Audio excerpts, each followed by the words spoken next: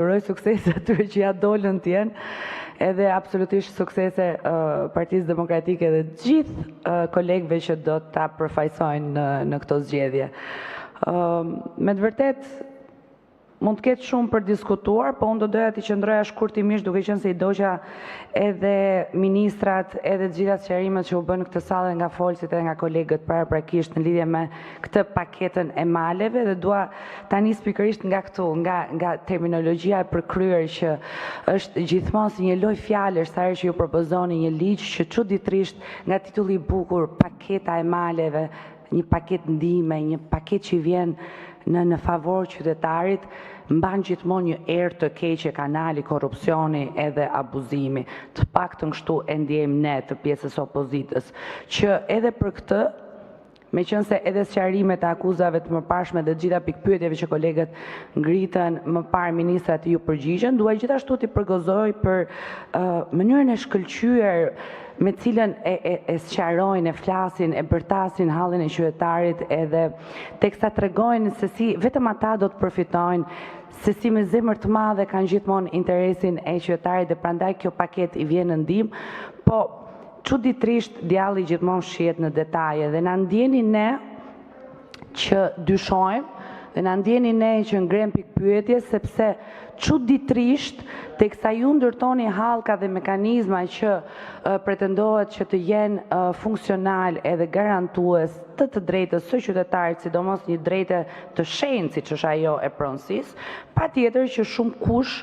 përfshirë dhe ne që thjesht kemi mendjen e mbrapsht, jo se ju nuk abuzoni me pushtetin apo me taksat apo me gjithçka keni mundësi të abuzoni, qoftë edhe me tokën e qytetarëve. Na ndjeni ne që nuk besojmë dot kaq lehtësisht, edhe nuk e kuptojmë në rrënjë këtë qëllimin e tuaj të mirë. Unë e di, nuk jam eksperte e pronës, ka ekspert pronës patjetër që flasin përpara meje, por e di shumë mirë që ka një problematik shumë të madhe të trashëguar, edhe ju i përmendët këtu me të drejtë se ju gjithmonë i keni në vëmendje gjyshrit, dhe i përmendët tokat e trashëguara nga gjyshrit, nga të parët, dhe hallin e madh që keni që këto toka të mos shkojnë në dëm, po të shfrytëzohen në mënyrën e dur, vetëm se çuditërisht ndodh që kjo zgjidhje halli teksa ndihmon atë fshatarin e shkret që të marrë atë copën e titullit për pronësinë e tij, patjetër që zgjidhet e halle të mëdha për këta investitorët strategjik të mëdhenj që mbin ngado, edhe çuditërisht kanë gjithmonë lidhje, njohjesh edhe klienteliste me qeverinë. Kështu që patjetër që heqja e të gjitha barrave dhe detyrimeve për ata të cilët si qytetar dhe fshatar që punojnë, që kanë dhënë shembull shumë të mirë nga veriu në jug, se si mund ndërtojnë turizmin, edhe këtë e them me bindje të plotë, se i kam parë 5 vite nga veriu deri në jug, cep e mcep, dhe ju kam parë dhe juve teksa shkoni dhe bëni foto edhe tregoni se sa shumë punoni ju, ndërkohë që janë thjesht disa qytetarë të mirë që kanë një vizion të bukur edhe kanë bërë punë shumë të mira. Dhe unë nuk kuptoj një gjë që me të vërtetë do investohet dhe do të zhvillohet, dhe në emër të zhvillimit patjetër që ju keni bërë vepra të mëdha, vepra madhështore, keni uzurpuar gjithë jugun, po uzurponi dhe veriun, çuditërisht jeni gjithmonë 5 hapa para çdo ligji që vjen në këtë parlament, kryesisht që ka lidhje me zhvillimet edhe ndërtimet e mëdha. Na tregoni shifrat, na i përmendi ministri se sa të ardhura na vijnë, dhe patjetër që kjo përkon gjithmonë me interesin tuaj, direkt që të përfitoni nga këto zhvillime të mëdha që i vijnë qytetarëve, patjetër që ti mblidhin në një zë të vetëm, se kur hallakaten patjetër që është më e vështirë që ti prekësh të gjitha. Kështu që sigurisht që kanalizimi i të ardhurave që vijnë nga turizmi në avantazhin tuaj është në favore të disa qytetarëve që mund të gënjehen me titullin e pronësisë, po çështja është kur do vi dita që në qeverisjen tuaj, të paktën në 12 vite, ti tregoni shqiptarëve se si ka mundësi që të gjitha këto paketa estetike, paketa zhvillimore, paketa turistike,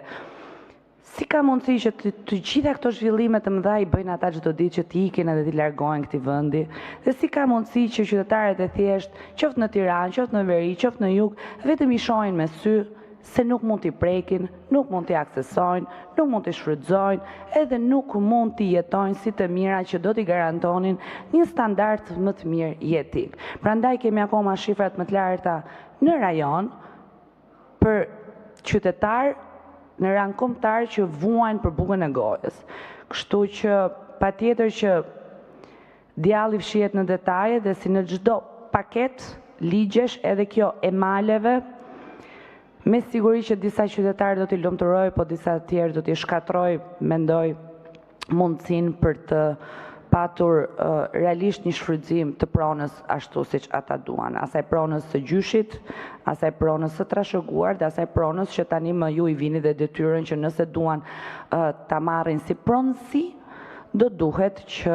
të garantojnë edhe një projekt zhvillimor, që nuk do të ketë një barë taksash, po duhet si fillim të gjejnë edhe parat për ta zhvilluar ashtu si doni ju. Dhe çuditërisht nuk di çfarë ndodh me gjithë ata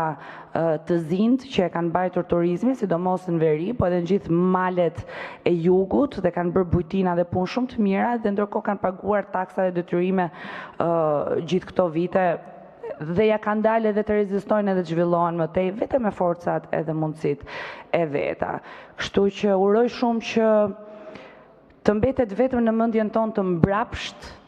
që e shohim të keqen me siguri kudo, se qytetarët patjetër që çdo ditë vjelin frytet e punës tuaj të mirë me zemër të madhe, edhe nga burgjet, edhe me korrupsion, edhe në nënhetim, edhe sigurisht tani që po sillen edhe këtë paket. Faleminderit.